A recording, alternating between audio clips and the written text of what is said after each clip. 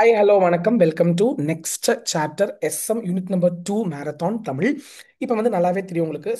SM unit number 1ம் 4ம் நம்ம ஆல்ரெடி போட்டுட்டோம். அதாவது 2 3 5 தான் போடல. இப்போ செகண்ட் சாப்டர் டைம் கிடச்சிருக்கு, ஸோ வேணும் போட்டுடலாம் பார்க்குறேன். இப்போ உங்களுக்கு நல்லாவே தெரியும் வராத 5 steps in SM revise. Intention வேணும், ஒரு முதலாவதாக இன்டென்ஷன் வேணும்.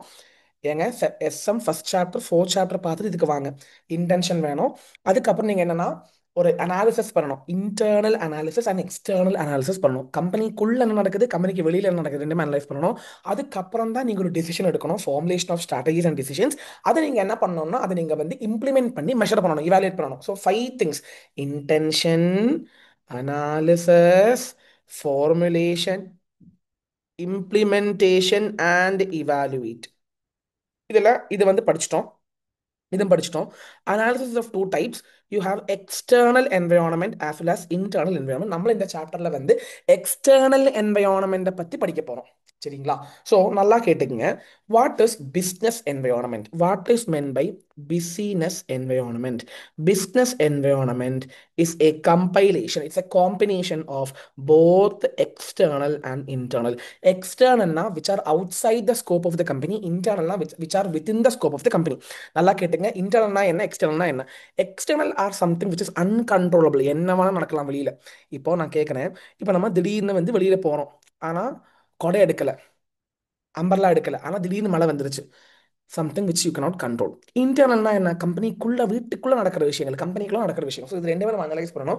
நம்ம இந்த சாப்டர்ல மெயினாக எக்ஸ்டர்னல் என்வரான்மெண்ட் தான் படிக்க போறோம். What is business environment? It's a compilation, it's a combination of both external as well as internal environment. So you are going to analyse and evaluate both external and internal environment. Whether அவங்க வந்து ஃபேவரபிளாக இருக்குதா, அன்ஃபேவரபிளாக இருக்குதா, இதெல்லாம் answer. அதாவது ஃபேவரபிளான results கொடுக்குதா, அன்ஃபேவரபிளான result கொடுக்குறா, அதெல்லாம் பார்க்க போறோம். External as well as internal. இப்போ நல்லா கேட்டுங்க. இந்த சாப்டர் எப்படி ஈஸியா படிக்கிறது நான் சொல்லித்தரேன். நான் கேட்டீங்கன்னா நல்லா மார்க்ஸ் வாங்கலாம். First thing, what is note. ஏங்க ஒரு நோட் எடுங்க. What is business environment? இதை முதல்ல படிச்சுக்கோங்க. Business environment is nothing but a compilation or a combination of both internal as well as external.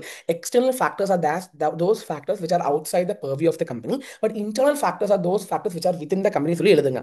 Next வந்து what are the two issue two limitations, issues கிடையாது sorry, two limitations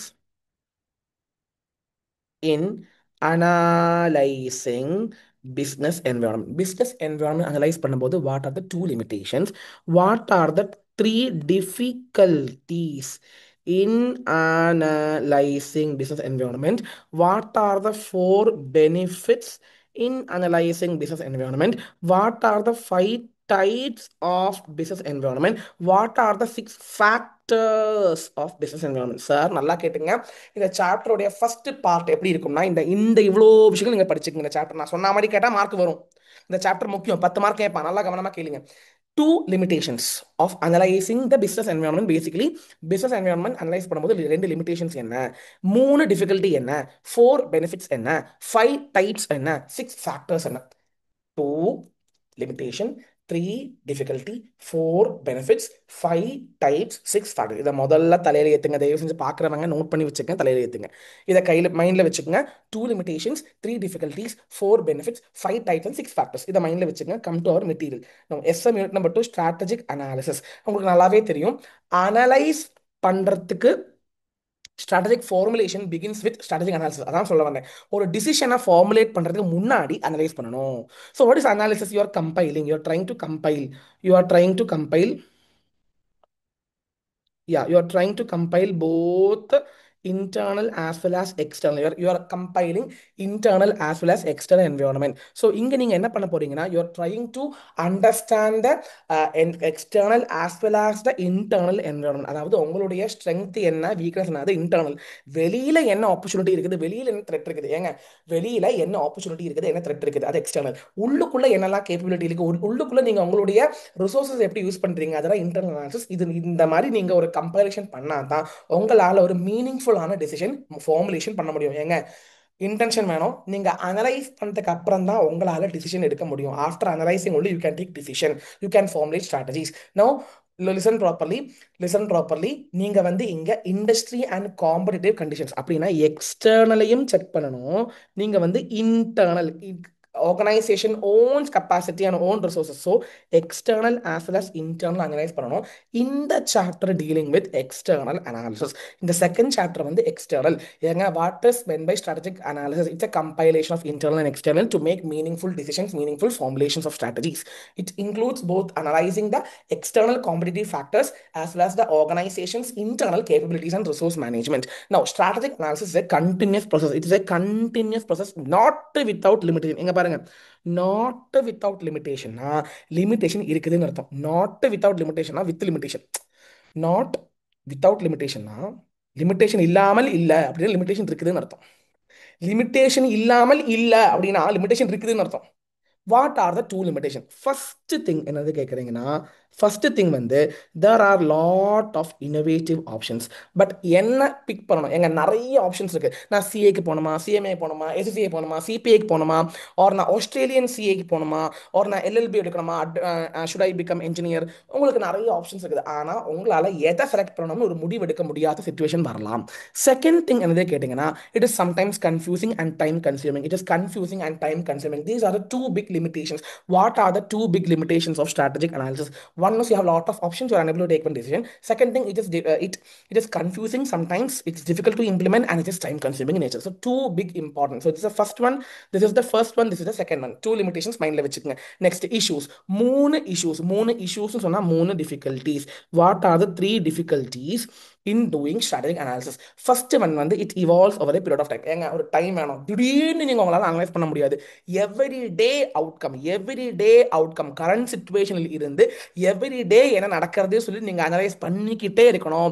several factors இருக்கும், நீங்க analyse பண்ணிக்கிட்டே இருக்கணும். It's not just a one day job, it has to be done continuously. Second thing, நீங்க இன்டர்னலையும் external analyse பண்ணி balance பண்ணணும். அது ரொம்ப டிஃபிகல்ட். ஏன்னா உங்களுடைய own capability, own strength, own வீக்னஸையும் கம்பெனிக்கு வெளியில் இருக்கிற விஷயங்களும் நீங்க கனெக்ட் பண்ணி பேலன்ஸ் கொண்டு வரணும். ஒண்ணுமே இல்லைங்க, நீங்க சிஏ படிச்சுட்டு இருக்கிறீங்க, நீங்க ஃபோன் நோண்டிக்கிட்டே இருக்கிறீங்க, படிக்காம ஃபோன் நோண்டிட்டு இருக்கிறீங்க. So what it means that நீங்க நீங்க படிக்கணும். அது உங்களுடைய இன்டர்னல் சம்பவம். நீங்க ஃபோன் நோண்டிட்டு இருக்கிறீங்க, அது எக்ஸ்டர்னல். ஃபோன் வந்து எக்ஸ்டர்னல், நீங்க ஃபோன் நோண்டிட்டு இருக்கிறீங்க. நீங்க வந்து அதை ரெண்டுக்கும் ஒரு பேலன்ஸ் கொண்டு வந்தா தானே உங்களால பாஸ் பண்ண முடியும். நீங்க ஃபோன் யூசேஜ் கம்மி பண்ணா தானே உங்களால பாஸ் பண்ண முடியும். ஸோ இந்த balance, internal external environment balance, perfect fitting of both internal and external environment balance is not possible many time. And lastly, there are lot of risk சொன்னா என்ன வேணா எப்போ வேணா என்ன வேணா நடக்கலாம். திடீர்னு காம்படிஷன் வரும், லிபரலைசேஷன், குளோபலைசேஷன், திடீர்னு மார்க்கெட் ரொம்ப ரைஸ் ஆகும், திடீர்னு மார்க்கெட் கம்மியாகும், திடீர்னு டெக்னாலஜி வளரும், திடீர்னு கவர்மெண்ட் வந்து டிசிஷனை மாற்றுவாங்க, திடீர்னு வந்து கவர்மெண்ட் டாக்ஸை குறைப்பாங்க, கூட்டுவாங்க. ஸோ என்ன வேணால் நடக்கலாம். So you have two types of risk. Again risk of two types. One is internal risk and external risk. External risk is a risk which is inconsistency between strategy and the forces in the environment. ஏங்க நீங்க என்ன பண்றீங்க, நான் வெளி உலகத்தில் வேற என்ன நடக்குது, அப்போ உங்களுக்கு ரிஸ்க் வருது. அதுதான் external risk. Internal risk is nothing but factors which are affecting within the organization. உங்களுடைய ரொட்டீன் விஷயத்துல என்ன தப்புகள் நடக்குதுன்னா அது இன்டர்னல் ரிஸ்க். ஸோ நான் என்ன சொல்றேன், நீங்க அனலைஸ் பண்ணும்போது இதெல்லாம் மைண்ட்ல வச்சுக்கணும். இந்த மாதிரி ரிஸ்க் எல்லாம் இருக்குது, எக்ஸ்டர்னல் ரிஸ்க் இருக்குது, இன்டர்னல் ரிஸ்க் இருக்குது. ஒன் டைம் படிச்சு வச்சுக்கோங்க. நெக்ஸ்ட் ஒன் வந்து what are the advantages or why why should you understand business environment. இதை வந்து எக்ஸாம்ல கேட்டிருக்காங்க இதே கொஸ்டின். அதாவது interaction of strategy and business environment is closely related. This interaction helps in strengthening the business firms and using its resources more effectively. How? Explain the importance of business environment. சொல்லிட்டு இந்த மாதிரி question கேட்பாங்க. ஏன் நீங்க business environment analyse பண்ண வேண்டும்? What are the advantages of analysing business environment? இங்க வந்து 1 2 3 4 5 கொடுத்துருக்காங்க. நீங்க எனி 4 படிச்சா போதும். Any 4 advantages.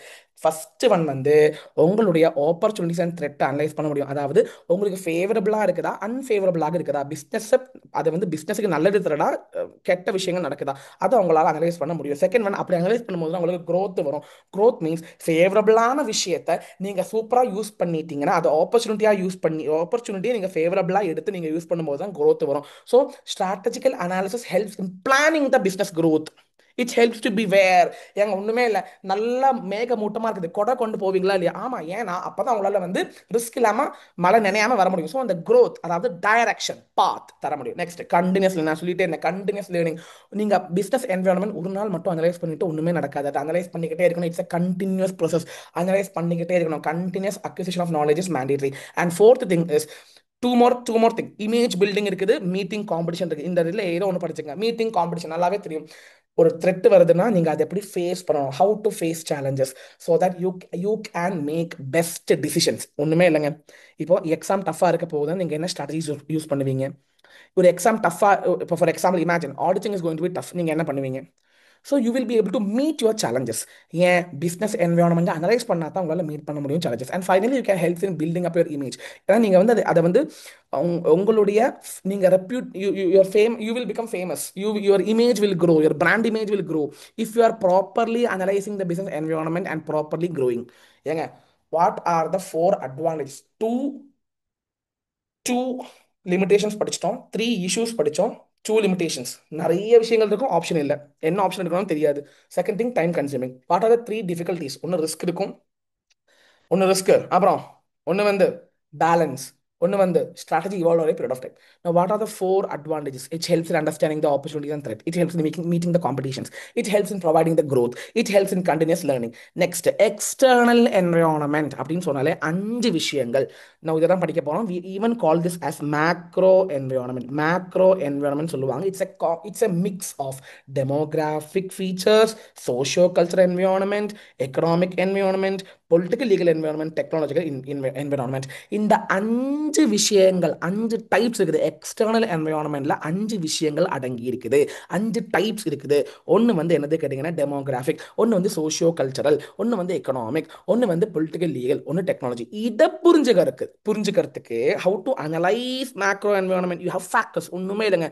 பொலிட்டிக்கல் என்வரான்மெண்ட்டுக்கு பொலிட்டிக்கல் ஃபேக்டர்ஸ், எக்கனாமிக்கல் என்வரான்மெண்ட்டுக்கு எக்கனாமிக்கல் ஃபேக்டர்ஸ், சோஷியல் இதுக்கு social factors, technology environment technology factors, legal environment legal factors, environmental factors. இந்த மாதிரி 6 ஃபேக்டர்ஸ் இருக்குது. ஏங்க, 6 ஃபேக்டர்ஸ் இருக்குது, 5 டைப்ஸ் இருக்குது, 4 பெனிஃபிட்ஸ் இருக்குது, 3 இஷ்யூஸ் இருக்குது, 2 லிமிடேஷன்ஸ் இருக்குது. இப்போ நம்ம முதல்ல சிம்பிளா நான் சொல்லி தந்துடுறேன். இப்போ எக்ஸாம்பிள் இது ரொம்ப நல்லா கேட்பான். For example demographic. டெமோகிராஃபிக்னா என்னது? You are understanding the characteristics of that population.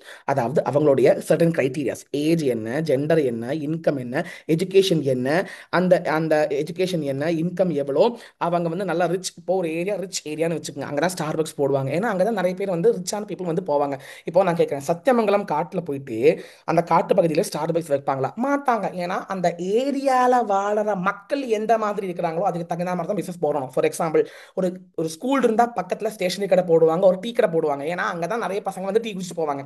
ஒரு அகாடமி இருக்குது, அகாடமி வாசல் டீ கடை.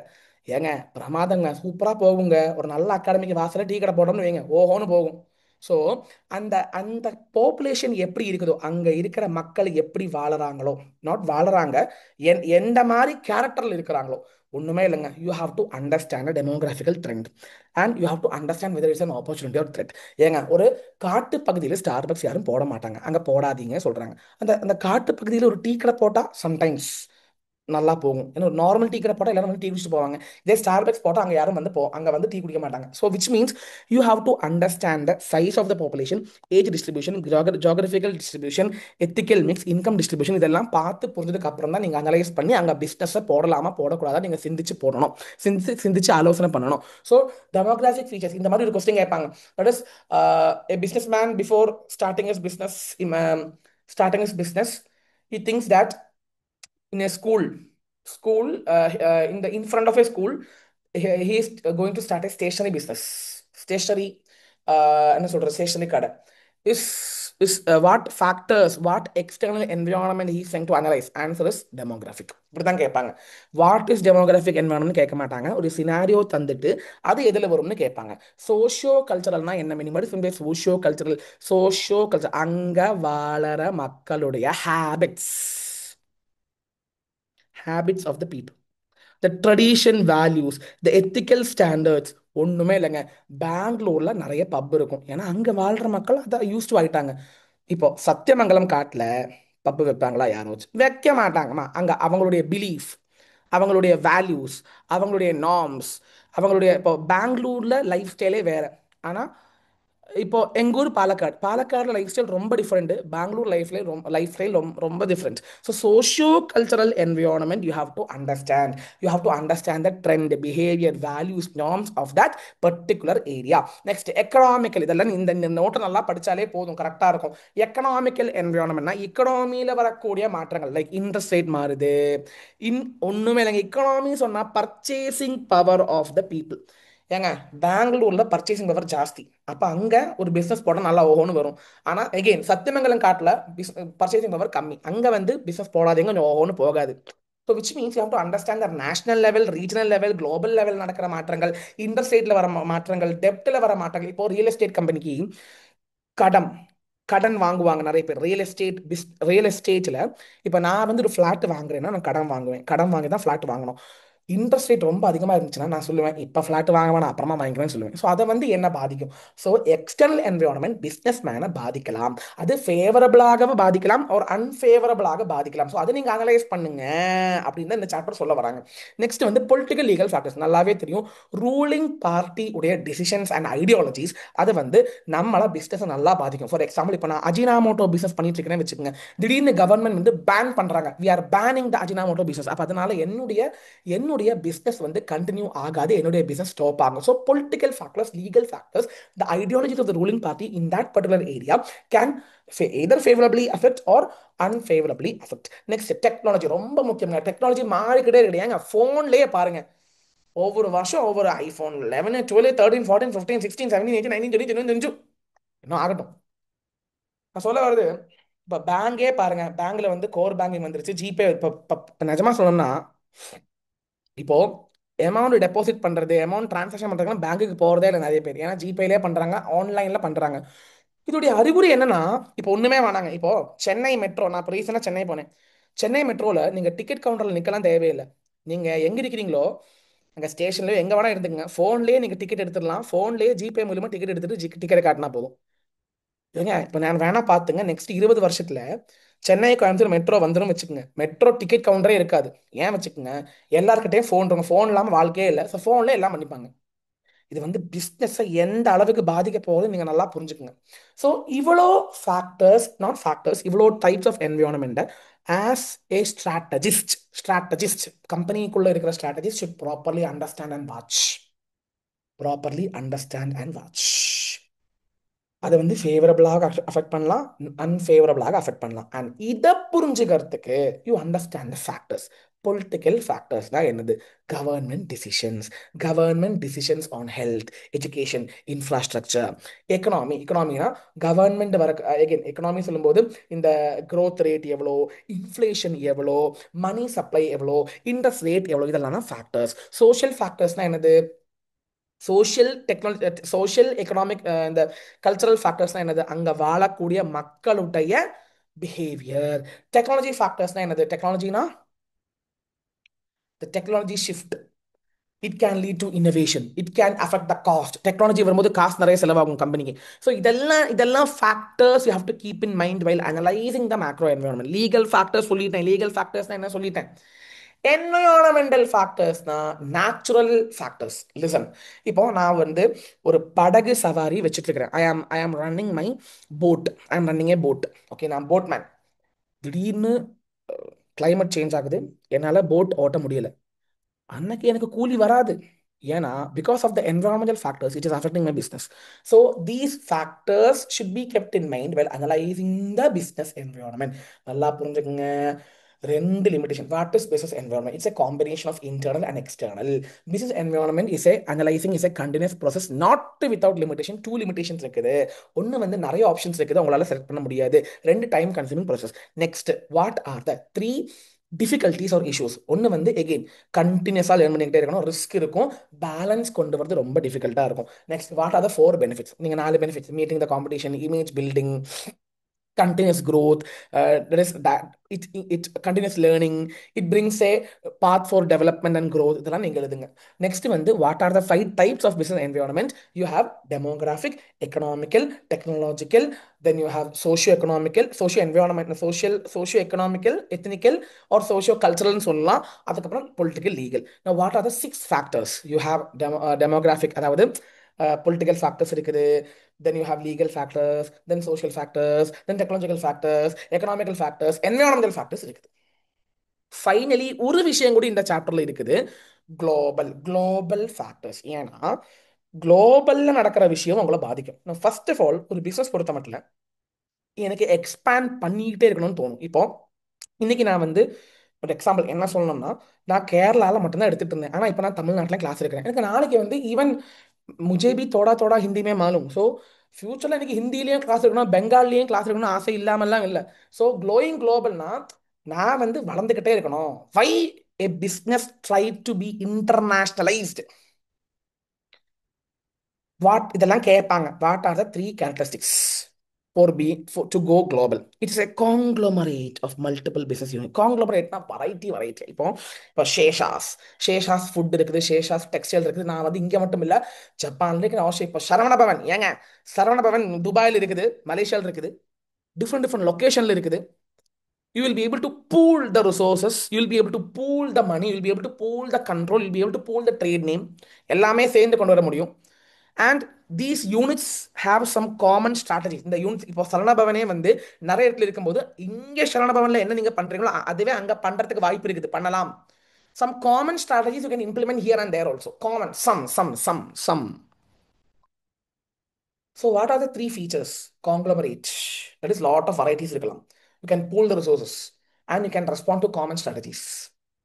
ஸோ நீங்கள் குளோபலாக போகணும்னு ஆசைப்படுறீங்கன்னா you have to follow these three steps. First evaluate the opportunities, then you frame the scope. ஸ்கோப்னா என்ன? ஸ்கோப்னா உங்களுடைய கவரேஜ், நீங்கள் என்ன பண்ண போறீங்க. Then you create the global business objectives, you analyse and start your formulation of the strategies for that business. You evaluate, define the scope, and formulate the strategies for achieving these in the global market. And finally இதுவும் கேட்பாங்க, why business go global? எதற்காக business குளோபலா? இப்போ நம்ம படிச்சது global பிசினஸ்னா features என்ன, what are the plan, how to plan for globalisation, and finally why business go global. ஏன் பிஸ்னஸ் குளோபல் ஆகுறாங்க? க்ரோ ஆகுறதுக்கு, ஆப்பர்ச்சுனிட்டிஸ் வரதுக்கு, பூல் ஆஃப் ரிசோர்ஸஸ் வரதுக்கு. டொமஸ்டிக் மார்க்கெட் மட்டும் பத்தாது, எனக்கு அது மட்டும் அடிக்கேட் இல்லை, எனக்கு வளர்ந்துக்கிட்டே இருக்கணும்னு ஆசைப்படுறேன்.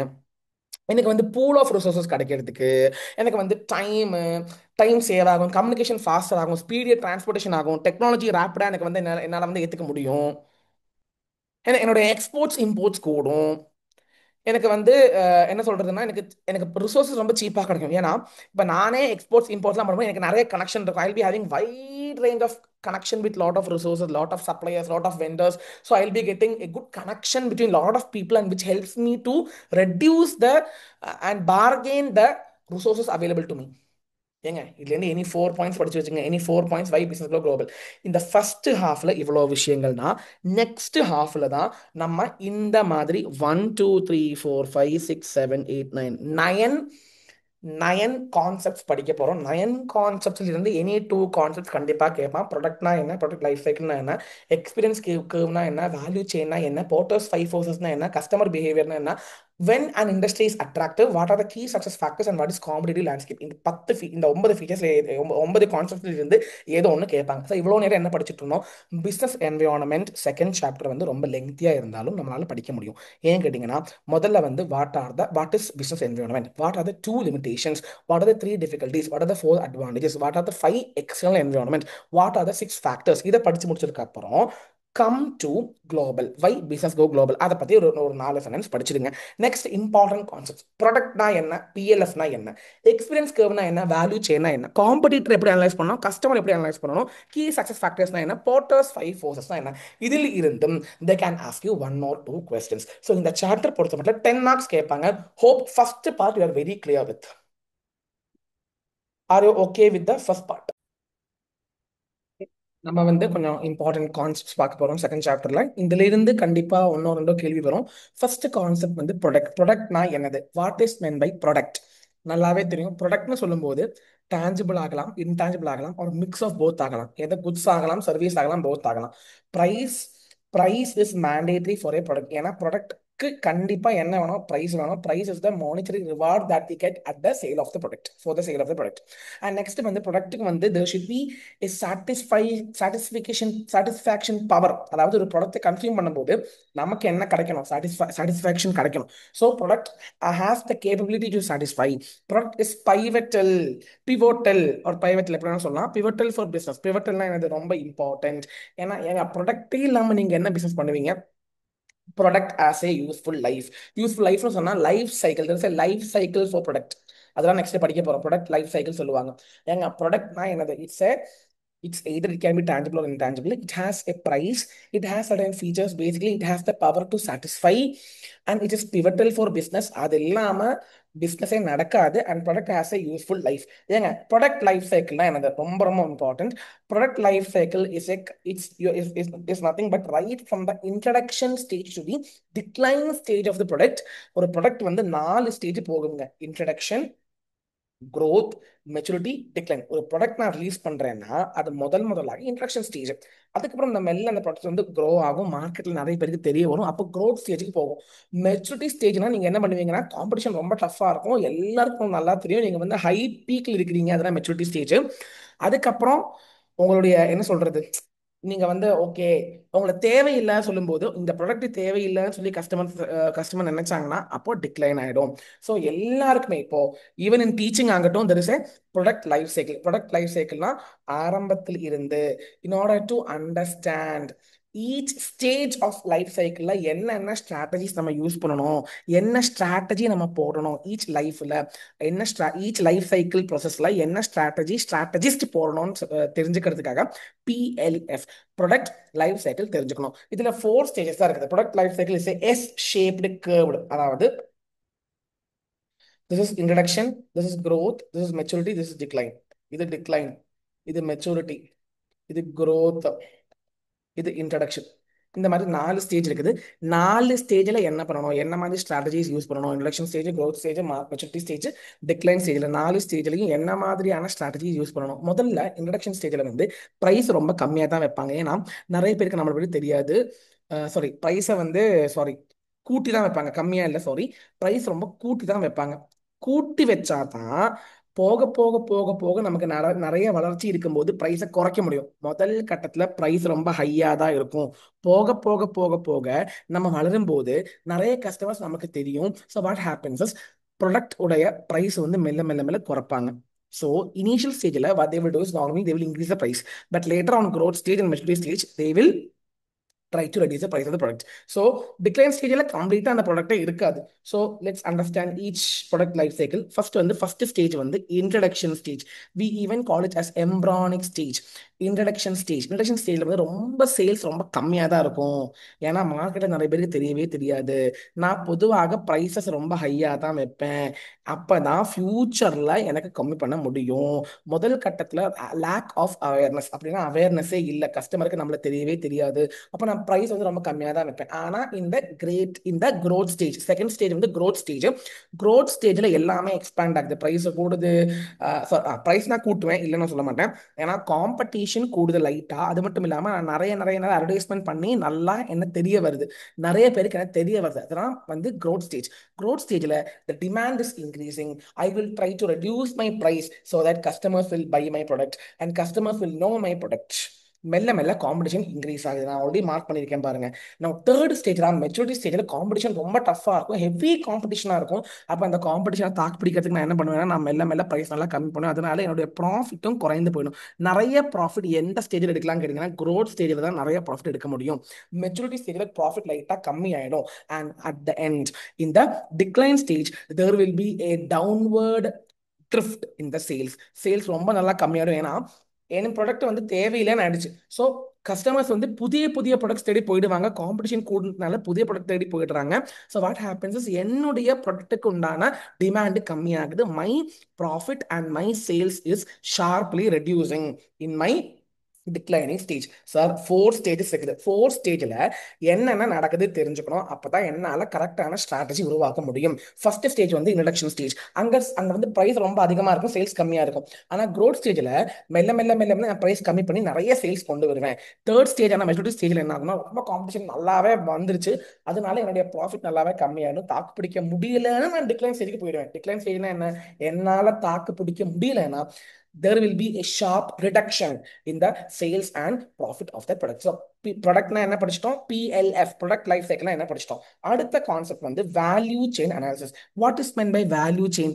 வேல்யூ செயின் அனாலிசிஸ்னா right from the beginning till the end ஒவ்வொரு ஸ்டேஜ்லையும் there is some value. Sir புரியல சார். இப்போ நான் ஒரு மாட்டு பண்ணை வச்சுட்டு இருக்கிறேன் வச்சுக்கோங்க. ஸோ நான் ஃபர்ஸ்ட் வந்து மாடை வாங்கணும், மாட்டுக்கு நான் ஃபுட்டு கொடுக்கணும், அந்த மாட்டுக்கு ப்ரெக்னென்ட் ஆக்கணும், நெக்ஸ்ட் மாட்டுல இருந்து கண்ணுக்குட்டி வரும், அப்புறம் தான் மாட்டு பால் கறக்கும், பால்ல இருந்து நான் தயிர் போட்டு தயிர் ரெடியாக்கி நான் சேல் பண்ணுவேன், ஒரு தயிர்ல இருந்து பன்னீரோ இல்லைன்னா வெண்ணெயோ போட்டு நான் சேல் பண்ணுவேன். ஸோ அதை செல் பண்றதுக்கு எனக்கு மார்க்கெட்டிங் பீப்புள் வேணும், அவங்கள வச்சு தான் நான் செல் பண்ணுவேன், அப்படியே கஸ்டமர் கையில போகும். So right from the procurement, from the input till the sales, நிறைய stages இருக்குது. We call each stages as values. each stageக்கும் வேல்யூ இருக்குது. So value chain, ஏன் chain சொல்றாங்க? It's a process. Value chain analysis எதுக்கு பண்றாங்கன்னா ஈச் ஸ்டேஜில் என்ன நடக்குதுன்னு தெரிஞ்சுக்கணும், ஈச் ஸ்டேஜில் என்ன மாதிரி ஸ்ட்ராட்டஜிஸ் யூஸ் பண்ணுவாங்க தெரிஞ்சுக்கணும். மூன்றாவதான விஷயம், ஈச் ஸ்டேஜில் எங்கேயாச்சும் பிரச்சனை இருக்குதா, எனி சார்ட் ஆஃப் இம்ப்ரூவ்மெண்ட் ரிக்வயர்டா இல்லையா, what is the purpose of value chain? You are analysing the chain of the product right from the input till the sales till after sales. அது வர நீங்க full value நீங்க analyze பண்றீங்க, meaning you are trying to analyze the implementation required in each stages of the product.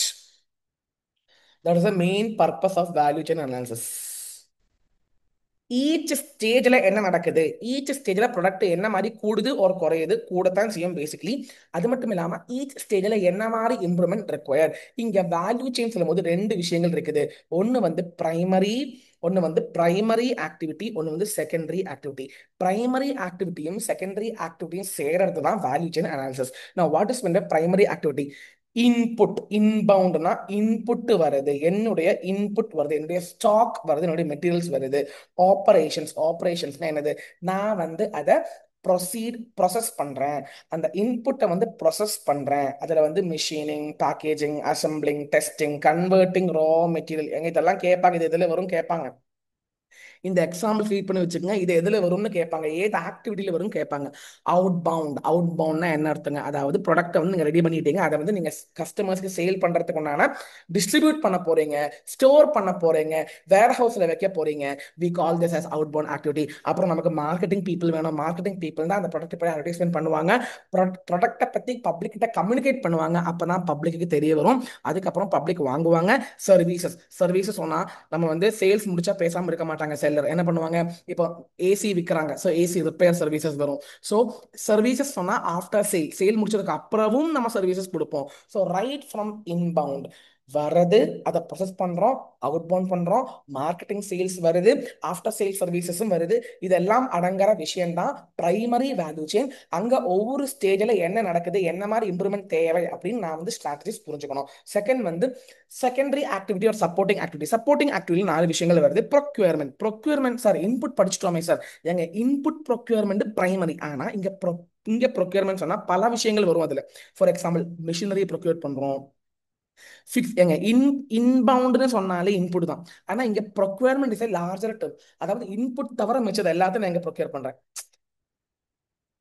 That is primary ஆக்டிவிட்டிக்கு தேவையான விஷயங்களை நான் procure பண்றேன். For example fixed asset, machinery. இப்போ ஒரு வீடு பில்டிங் எடுக்கிறேன்னு வச்சுக்கோங்க, பில்டிங் அதை ப்ரொக்யூர் பண்ணணும். அதை எதுலேயும் வரும், இன்ஃப்ராஸ்ட்ரக்சர்லேயும் வந்துடும். ஓகேவா? ஸோ ரெண்டு விஷயங்கள், நீங்கள் இன்பவுண்ட் ப்ரொக்யூர் பண்ணணும், ரெண்டாவது விஷயம் ப்ரொக்யூர் பண்ணணும், அதுக்கு இன்ஃப்ராஸ்ட்ரக்சர் வேணும், நெக்ஸ்ட் டெக்னாலஜி வேணும். கண்டிப்பாக technology, R&D, research and development பண்ணணும். You have to understand, you have to process development, இதெல்லாம் பண்ணணும். ஏங்க அந்த ஸ்டேஜில் இதெல்லாம் நடக்குதா இல்லையா பாருங்க, அங்கே என்ன இம்ப்ரூவ்மெண்ட் வேணும்னு பாருங்க. அதுக்கப்புறம் HR மேனேஜ்மெண்ட், ஹியூமன் ரிசோர்ஸ், உங்களுக்கே நல்லா தெரியும், ரெக்ரூட்மெண்ட், மேனேஜிங், ட்ரைனிங், டெவலப்மெண்ட், உங்களுக்கு காம்பன்சேஷன் கொடுக்கணும், ட்ரைனிங் கொடுக்கணும், இதெல்லாம் என்ன ஆக்டிவிட்டி? HR activity. ஸோ இந்த 4 activities are call secondary activity because they are supporting the primary activity. Primary ஆக்டிவிட்டியை ஹெல்ப் பண்ற 4 விஷயங்கள் தான் செகண்டரி. ஸோ செகண்டரியில ப்ரொக்யூர்மெண்ட் வரும். ப்ரொக்யூர்மெண்ட்னா பிரைமரிக்கு தேவையான இன்புட்ஸை வந்து ப்ரொக்யூர்மெண்ட் பண்ணணும், டெக்னாலஜி டெவலப்மெண்ட் பண்ணணும், ஹெச்ஆர் மேனேஜ்மெண்ட் பண்ணணும், இன்ஃப்ராஸ்ட்ரக்சர் பண்ணணும். இந்த 4 செகண்டரி, மிச்சது எல்லாமே மிச்சம் அந்த 5 விஷயங்கள் பிரைமரி. இந்த அஞ்சு அஞ்சு பிளஸ் 4 9 விஷயத்தை அனலைஸ் பண்றோம். அனலைஸ் பண்ணி எங்கெங்க இம்ப்ரூவ்மெண்ட் வேணும்னு சொல்லிட்டு ஸ்ட்ராட்டஜிஸ் புரிஞ்சுக்கிறாங்க. அது நான் வேல்யூ செயின் அனாலிசிஸ். நெக்ஸ்ட் வந்து போர்ட்டர்ஸ் 5 ஹவர்ஸ் அங்கே இருக்கட்டும், வெயிட் பண்ணுங்க. அதுக்கு முன்னாடி சின்ன சின்ன சின்ன சின்ன கான்செப்ட் படிச்சு முடிச்சிடலாம். ஏங்க ஒரு நிமிஷங்க. ரொம்ப முக்கியமான கேள்வி. 2 விஷயங்கள் அனலைஸ் பண்ணணும். இப்போ வந்து ப்ராடக்ட் என்ன படிச்சிட்டோம், ப்ராடக்ட் லைஃப் சைக்கிள் என்ன படிச்சிட்டோம், வேல்யூ செயினா என்ன படிச்சிட்டோம். நெக்ஸ்ட் வந்து customer analysis and competitiveness analysis. ரெண்டு முக்கியமான 2 கான்செப்ட்ஸ். கஸ்டமரை நீங்க எப்படி அனலைஸ் பண்ணுவீங்க? கஸ்டமர் சொல்லும்போது எங்க ரொம்ப முக்கியமான விஷயம், கஸ்டமரை வந்து எக்ஸிஸ்டிங் கஸ்டமர் தான் இன்டர்னல். எக்ஸிஸ்டிங் தவிர மிச்ச கஸ்டமர்ஸ் எல்லாமே எக்ஸ்டர்னல். நம்ம இந்த சாப்டர்ல வந்து எக்ஸ்டர்னல் என்வயான்மெண்ட் தான் படிக்கணும். சார் கஸ்டமர் வந்து இன்டர்னல் தானே? ஆமாங்க, எக்ஸிஸ்டிங் கஸ்டமர் தான் இன்டர்னல். அதை தவிர மிச்சவங்க எல்லாமே, மிச்ச கஸ்டமர்ஸ் எல்லாமே எக்ஸ்டர்னல் தான். ஸோ கஸ்டமர் நீங்க எப்படி அனலைஸ் பண்ணணும், எப்படி கஸ்டமருடைய பிஹேவியரை புரிஞ்சுப்பீங்க? ஃபர்ஸ்ட் ஆஃப் ஆல் எப்படி கஸ்டமர் வந்து எந்த மாதிரி பாதிக்கப்படுறாங்கன்னு புரிஞ்சுக்கங்க. அதெல்லாம் எக்ஸ்டர்னல் இன்ஃப்ளூயன்சஸ், இன்டர்னல் இன்ஃப்ளூயன்சஸ். ஏங்க, அட்வர்டைஸ்மெண்ட் பார்ப்பாங்க கஸ்டமர், யாரோ ரெக்கமெண்ட் பண்ணுவாங்க, இங்க போயிட்டு வாங்குங்க நல்லா இருக்கு சொல்லிட்டு. ஸோ கஸ்டமருடைய பிஹேவியர் புரிஞ்சுக்கிறதுக்கு ஃபர்ஸ்ட் கஸ்டமர் எப்படி இன்ஃப்ளூயன்ஸ் ஆகிறாங்க, because of external factors or because of internal factors, customers are being affected, customers are being influenced. Customer எப்படி இன்ஃப்ளூயன்ஸ், கஸ்டமர் முதல்ல ஃபர்ஸ்ட் கஸ்டமர் புரிஞ்சுக்குங்க. அதாவது கஸ்டமர் எப்படி இன்ஃப்ளூயன்ஸ் ஆகிறாங்க, அட்வர்டைஸ்மெண்ட் ஆகலாம், ஒரு யாரோ சொல்லி வந்து வாங்கலாம், ஒரு இன்டர்னலி சைக்காலஜிக்கலி எனக்கு இந்த அன்னபூர்ணா தோசை சாப்பிட்டானா ரொம்ப பிடிக்கும்னு ஒரு ஒரு முடிவு எடுத்துட்டேன்னு வச்சுக்கோங்க, அது என்னுடைய இன்டர்னல். ஸோ இந்த மாதிரி விஷயங்கள் பண்ணதுனால தான் அவங்க வந்து டிசிஷன் எடுக்கிறாங்க. அப்பதான் டிசிஷன் எடுக்கிறாங்கன்னா யாருன்னா கஸ்டமரை சொல்றேன். Customer is making the choice, customer is seeing, customer is understanding is problem, customer is understanding is alternative, and customer is trying to obtain information, and customer is making final choice. நான் சொல்ல வர்றது என்னன்னா, customer என்ன பண்றாரு, first கஸ்டமருக்கு வந்து influence ஆகுது. இப்போ நான் நான் தோசை சாப்பிடணும்னு வச்சுக்கோங்க, இமேஜின். இப்போ எங்கோ அட்வர்டைஸ்மெண்ட் பார்த்தேன், அதை பார்த்துட்டு நான் போறேன்னா அது எக்ஸ்டர்னல் இன்ஃப்ளூயன்ஸ்.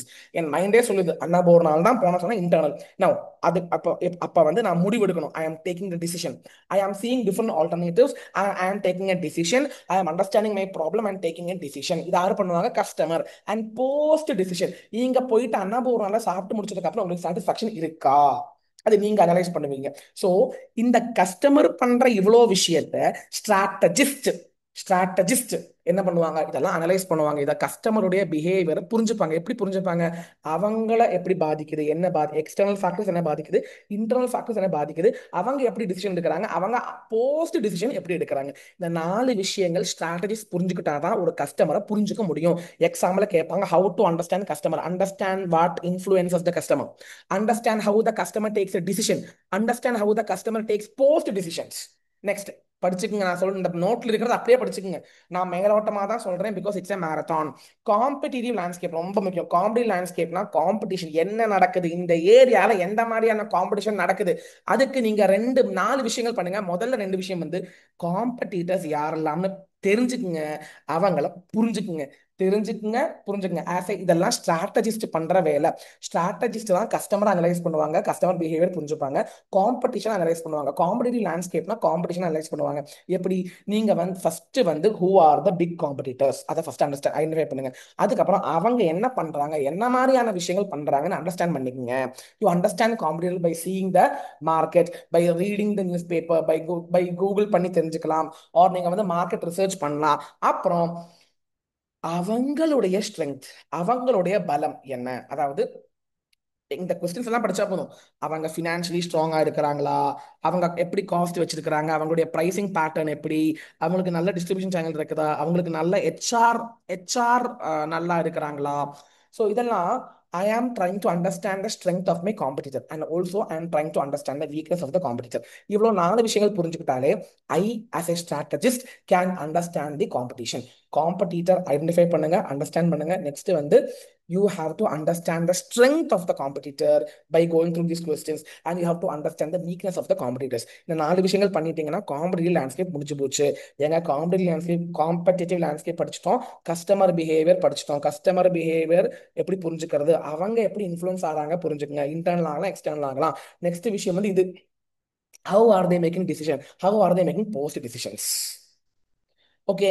ஸோ கொஞ்சம் 4 கான்செப்ட்ஸ், 5 கான்செப்ட். ப்ராடக்ட்னா என்ன, ப்ராடக்ட் லைஃப் சைக்கிள்னா என்ன, வேல்யூ செயின் அனாலிசிஸ்னா என்னது, அப்புறம் வந்து இது படித்தோம், கஸ்டமர் எப்படி அனலைஸ் பண்ணுவோம், காம்படிஷன் எப்படி அனலைஸ் பண்ணுவோம். நெக்ஸ்ட் முக்கியமான சின்ன கான்செப்ட் எக்ஸ்பீரியன்ஸ் கர்வ். ஒருத்தனுக்கு பயங்கரமான எக்ஸ்பீரியன்ஸ் இருக்கு வச்சுக்கோங்க, அது வந்து காம்படிட்டர்ஸுக்கு அது ஒரு சவாலாக தான் இருக்கும். ஏன்னா இவனை வந்து அசைக்க முடியாது, இவன் ரொம்ப ஸ்ட்ராங்கான person. Imagine imagine he is very strong because he has a long experience. Experience நல்லா இருக்கிறதுனால இவனுக்கு தெரியும் என்ன பண்ணணும்னு சொல்லிட்டு. அப்போ புதுசாக வர காம்படிட்டர்ஸ்க்கு அவ அவ அவ- அவ அவங்கிட்ட மோத மாட்டாங்க, ஏன்னா எக்ஸ்பீரியன்ஸ் இருக்குது. ஸோ எக்ஸ்பீரியன்ஸ்னா என்னது சார்? ஆஸ் பிஸ்னஸ் க்ரோ தே கெயின் எக்ஸ்பீரியன்ஸ். இப்போ ஃபார் எக்ஸாம்பிள் டாட்டாக்கில் நிறைய எக்ஸ்பீரியன்ஸ் இருக்குது. அதனால இப்போ வரக்கூடிய காம்படிட்டர்ஸ் வந்து டாட்டாவை சவாலுக்கு டாட்டாவை எதிர்க்கிற மாதிரி ஒன்றும் பண்ண மாட்டாங்க, ஏன்னா டாட்டாக்கு எக்ஸ்பீரியன்ஸ் இருக்கு, நல்லாவே தெரியும் காம்படிட்டர்ஸ்க்கு. So when the business grow they will gain experience, and experience provides and advantage over the competition. அதை தான் சொல்ல வந்தேன். இப்போ எனக்கு நல்ல எக்ஸ்பீரியன்ஸ் இருந்துச்சுன்னா என்ன வெல்லறதுக்கு யாருமே இல்லைன்னு அர்த்தம், ஒரு எஃபெக்ட்ல சொல்லலாம். Meaning example.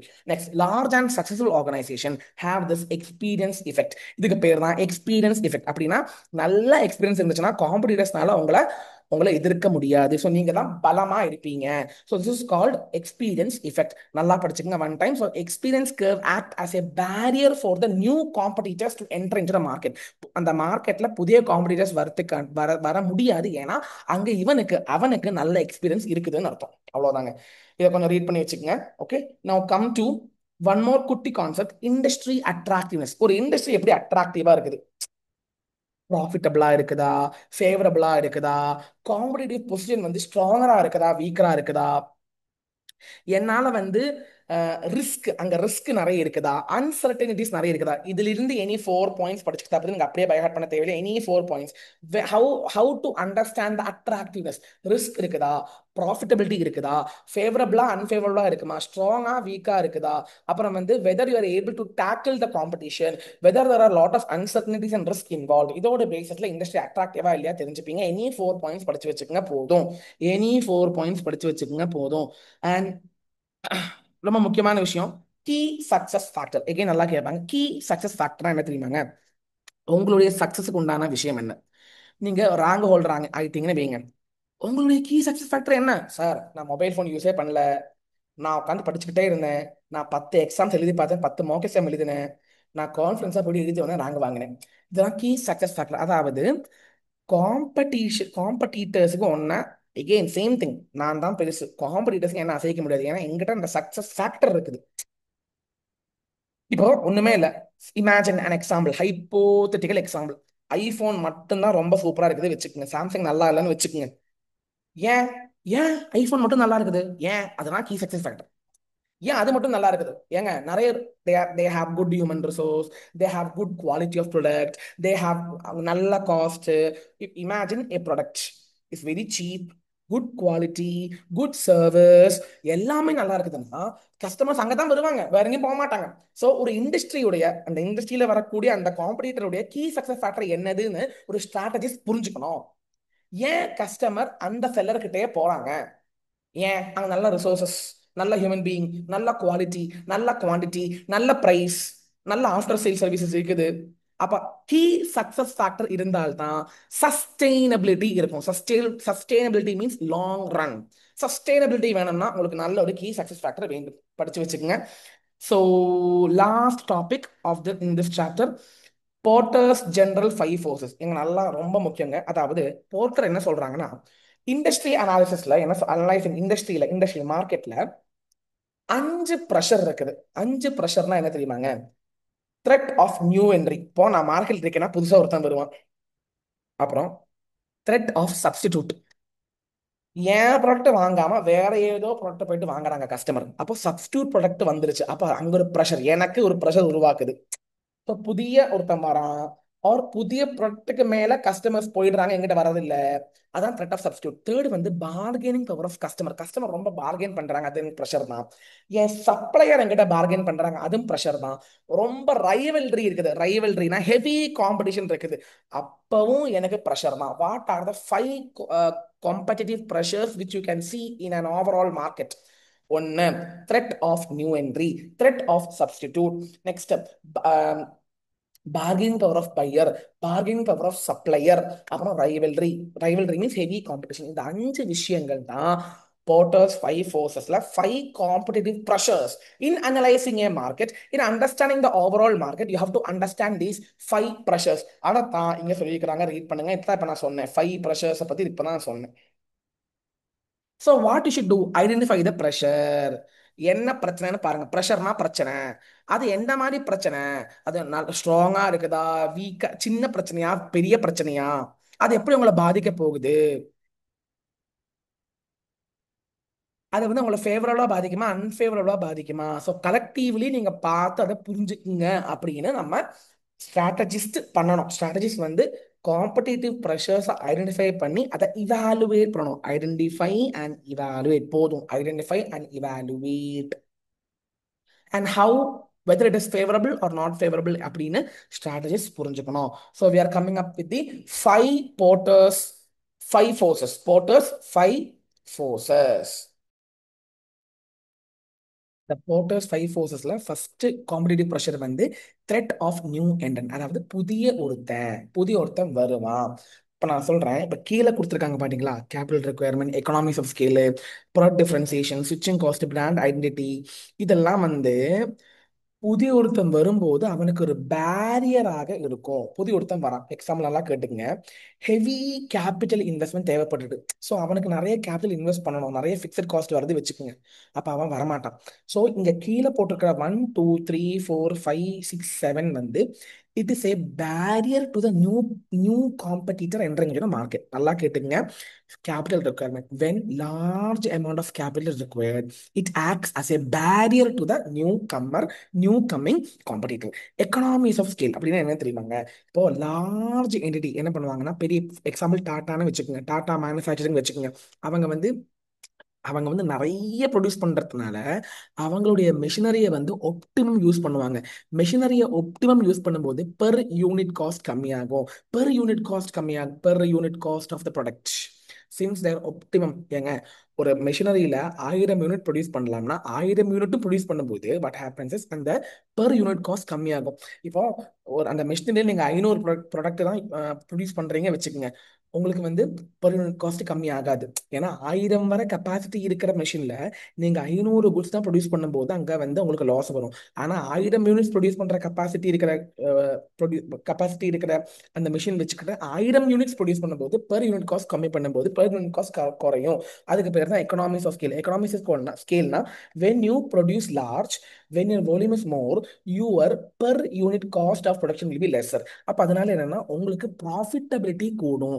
ப்ராஃபிட்டபிலிட்டி கூடும்போது வாட் ஹேப்பன்ஸ் இஸ் புதுசா வரவனுக்கு உங்களை மாதிரியே ப்ராஃபிட்டபிலிட்டி வரணும் அப்படின்னு சொல்ல முடியாது. ஸோ அவனுக்கு இது பேரியராக இருக்கும். ஏன்னா உங்களுக்கு ப்ராஃபிட்டபிலிட்டி கூடும்போது நீங்க என்ன பண்ணுவீங்க, நிறைய டிஸ்கவுண்ட்ஸ் கொடுப்பீங்க. புதிய கஸ்டமர்ஸ் எடுக்கிறதுக்காக நீங்க கொஞ்சம் டிஸ்கவுண்ட்ஸ் கொடுப்பீங்க. அப்புறம் உங்க காஸ்ட் கம்மி தானே, காஸ்ட் கம்மியாகும் போது ப்ராஃபிட்ஸ் கூடும். ஸோ நீங்க என்ன பண்ணுவீங்க, நிறைய செலவு பண்ணுவீங்க. லைக் ஃபார் எக்ஸாம்பிள் நிறைய அட்வர்டைஸ்மெண்ட் பண்ணுவீங்க, நிறைய டிஸ்கவுண்ட்ஸ் கொடுப்பீங்க. அந்த மாதிரி எல்லாம் புதிய ஒருத்தன் வரும்போது பண்ண முடியாது. ஸோ அவன் உங்களை பயந்து ஓடி போயிடுவான். புதிய என்ட்ரி வரமாட்டான். Entry it's barrier. Okay. Product differentiation. Product டிஃபரன்சியேஷனா உங்களுடைய ப்ராடக்ட் வந்து ரொம்ப யூனிக்கா இருக்குது, டிஃபரன்ஷியேட்டிங்கா இருக்குது. லெட்ஸ் சே எக்ஸாம்பிள் ஐஃபோன்னு வச்சுக்கோங்க. எக்ஸாம்பிள் ஐஃபோனுக்கு நிகர் ஐஃபோன் தான் அப்படின்னு வச்சுக்கோங்க. எக்ஸாம்பிள் வேற ஒரு என்ட்ரியும் வேற ஒரு புதிய காம்படிட்டரும் வரமாட்டான். அந்த மாதிரி எக்ஸாம்பிள் வச்சுக்கோங்க, hypothetical. So which means product is very unique. Next ஸ்விட்சிங் காஸ்ட் டு பையர்ஸ். இப்போ உங்க ப்ராடக்ட் வந்து ஒரு பையர் வாங்குறான். இப்போ வேற ப்ராடக்ட் வரும்போது பையர் இங்கிருந்து வேற ப்ராடக்ட் வாங்க போகும்போது பையருக்கு ஒரு காஸ்ட் வரும். Buyer will incur some cost. இப்போ இப்போ என் பக்கத்துல இருக்கிற மாட்டு பண்ணையில இருந்து பால் வாங்குறேன், எனக்கு அது பிடிக்கல வச்சுக்கோங்க. பிடிக்கல அப்படி இல்லை, நான் வேற மாட்டு பண்ணையில் போயிட்டு நான் பால் வாங்கிட்டு வரும்போது எனக்கு காஸ்ட் ஆகும், எனக்கு செலவாகும். இங்க பக்கத்துல இருக்கிற விட்டு போட்டு நான் அங்க போறேன்ல. ஸோ வென் ஸ்விட்சிங் காஸ்ட் இஸ் வெரி ஹை, நான் புதுசா வர அந்த அந்த ப்ராடக்ட் கிட்ட போக மாட்டேன். So which means when switching cost in a buyer is more, the buyer is reluctant to change to new product so that competitors will not come into our market. Next, brand identity. நமக்கு ரொம்ப நல்ல brand இருக்குது. என் ப்ராடக்ட்டுக்கு பயங்கரமான brand இருக்குது வச்சுக்கோங்க. புதிய காம்படிட்டரால அவனுக்கு என்ன தாக்கு பிடிக்க முடியாது. ஸோ அவனுக்கு இது பேரியராக இருக்கும். நான் சொல்றத மைண்ட்ல வச்சுட்டு ரீட் பண்ணாலே போறோம் வந்துடும். நான் அது மட்டும் இல்லாம எனக்கு வந்து I have an access to good distribution channel. Distribution சேனல்ல என்ன, சப்ளையர் ஆகலாம், கஸ்டமர் ஆகலாம், மார்க்கெட்டிங் ஆகலாம். எனக்கு எல்லா சேனல்ஸ் ஆஃப் டிஸ்ட்ரிபியூஷன் நல்லா இருக்குது, நல்லா அமைஞ்சிருக்குது, பக்காவா இருக்குதுன்னா நான் அதை நல்லா யூஸ் பண்ணுவேன். அதனால புதிய வர காம்படிட்டருக்கு அதை யூஸ் பண்ண முடியாது. So it's a barrier to entry. No possibility of aggressive retaliation. ரிட்டாலியேஷனா மார்க்கெட்டிங், அக்ரெசிவ்னா பயங்கரமா மார்க்கெட் பண்றாங்க. யாரை கேட்டிங்கன்னா எக்ஸிஸ்டிங் இருக்கிறவங்க. இப்போ நாங்கள் எக்ஸிஸ்டிங்காக இருக்கிற ப்ராடக்ட் வந்து நல்லா மார்க்கெட்டிங் பண்ணும்போது புதுசாக வரவனுக்கு அது டிமோட்டிவேஷனாக இருக்கும். புதுசாக வரவன் வரமாட்டான். ஏன்னா ஆல்ரெடி இங்கே சிவியர் காம்படிஷன் நடக்குது, அவங்க சிவியராக அட்வர்டைஸ்மெண்ட் பண்ணிட்டு இருக்காங்க. ஸோ இப்போ படிச்ச காம்படிட்டிவ் ப்ரெஷர் என்னது, த்ரெட் ஆஃப் நியூ என்ட்ரி. இந்த 7 காரணத்தினால புதிய என்ட்ரி வரமாட்டான். நெக்ஸ்ட் ப்ரெஷர் வந்து பார்கெனிங் பவர் கஸ்டமர்.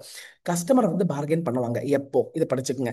கஸ்டமர் எப்போ எங்கிட்ட நல்லா பார்கெயின் பண்ணுவாங்கன்னா, அவனுக்கு நல்ல நாலேஜ் இருக்குது, அவனுக்கு நல்லாவே தெரியும் என் ப்ராடக்ட்டுக்கு வந்து இவ்வளோ காசு வராது. என் ப்ராடக்ட் வந்து நான் இப்போ 500 ரூபா சொன்னேன், அவன் சொல்றான் ஜி உங்க ப்ராடக்ட்டுக்கு 300 ரூபா தான் ஆகும் சொல்றான்னா, அவன் நல்லா பார்கெயின் பண்ணுவான். So bargaining power of the customer will increase when you have full knowledge on the product. அது மட்டும் இல்லாம என்ன பண்ணுவாங்க, பிக் பிக் பிக் பையர்ஸ்.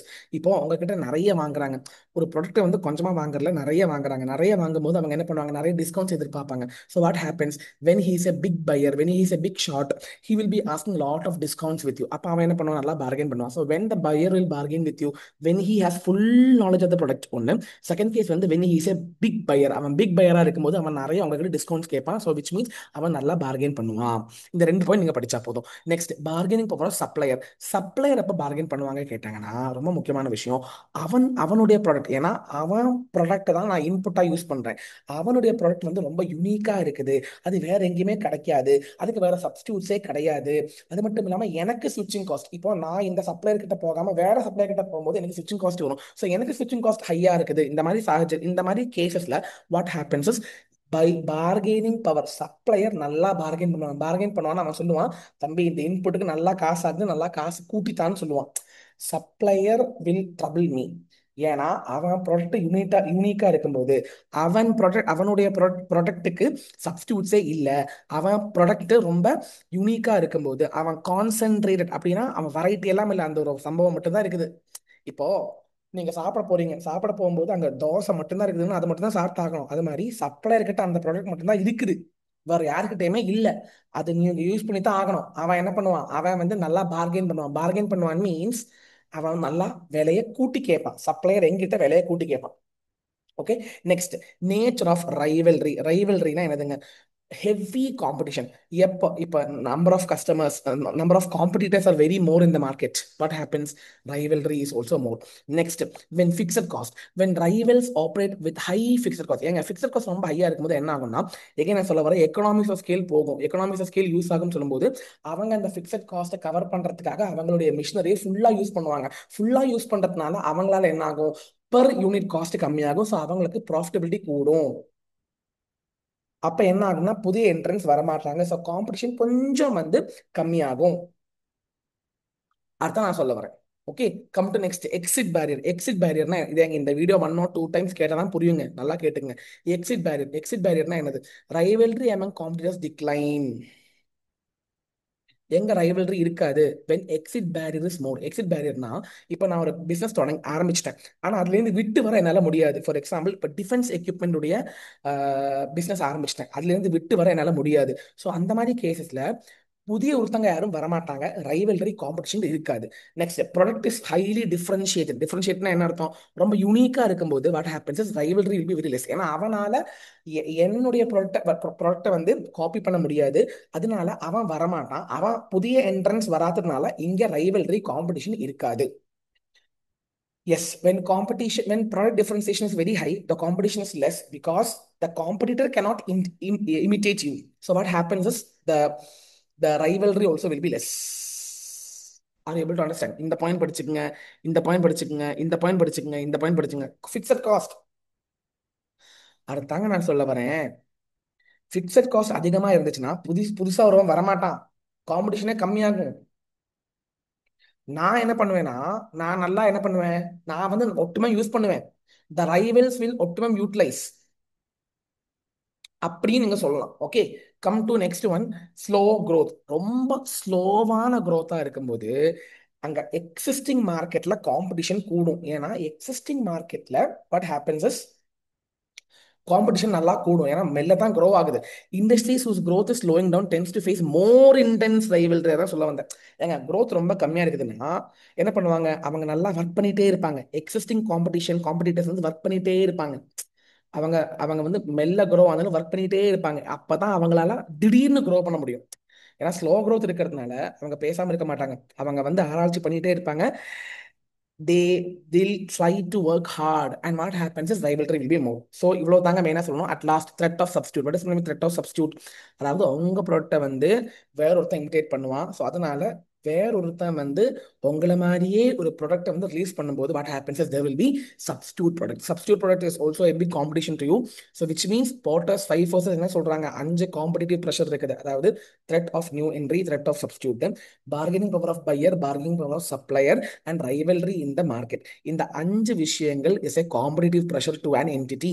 அப்ப நீங்க என்ன பண்ணணும்? as a strategist has to ensure all these five, has to verify all these five forces and check whether it is a favorable or unfavorable. ஃபேவரபிளா இருக்குதா அன்ஃபேவரபிளா இருக்குதான்னு செக் பண்ணிட்டு அப்புறம் தான் நீங்க டிசிஷன் எடுக்கணும். ஸோ வித் திஸ் நீங்க சொன்ன மாதிரி இந்த சாப்டர் நம்ம எல்லாமே கவர் பண்ணிட்டோம். நம்ம என்ன சொல்ல வந்தேன்னா, 2 limitations, 3 difficulties, 4 benefits, 5 external factors, 5 external environment types, 6 factors.